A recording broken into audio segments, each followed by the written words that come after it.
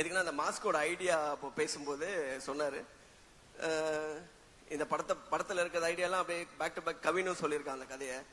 கேட்கும்போது ரொம்ப குதர்க்கமாவே இருக்கு. இது அவருக்கும் இதுக்கு என்ன சம்பந்தம் இருக்குன்றதே தெரியல. சார் நீங்க எப்படி இந்த படம், அதனாலதான் உங்களை கூப்பிட்டு ஆடியோ அப்பதான் சொன்னாரு.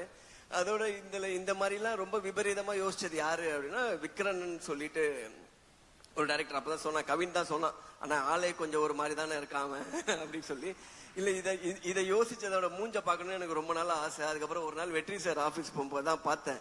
இவன் வந்தா பார்த்தா எல்லாமே மேட்ச் ஆகுது, எல்லா கிரைமும் டோட்டலா பார்த்து நான் சொன்னேன், இதை அப்படியே எடுக்க முடியாது சார். எப்படி சார்னா, இல்ல சிலதெல்லாம் கொஞ்சம் கம்மி பண்ணி தான் எடுக்கணும். இவன் சொல்றதே இவ்வளவு இருக்கு, இவன் நிறைய சொன்னா அதெல்லாம் கண்ட்ரோல் பண்ணி கொஞ்சம் கட் பண்ணி தான் எடுக்கணும் அப்படின்னா. விக்ரமன் விக்ரமன் இந்த மாதிரி பயங்கரமா யோசிச்சதே ஒரு பெரிய விஷயம். அதை சொல்லி இவ்வளவு பெரிய டைரக்டரை ஏமாத்துறது அதோட பெரிய விஷயம். அதுதான் நான் எதிர்பார்க்கல.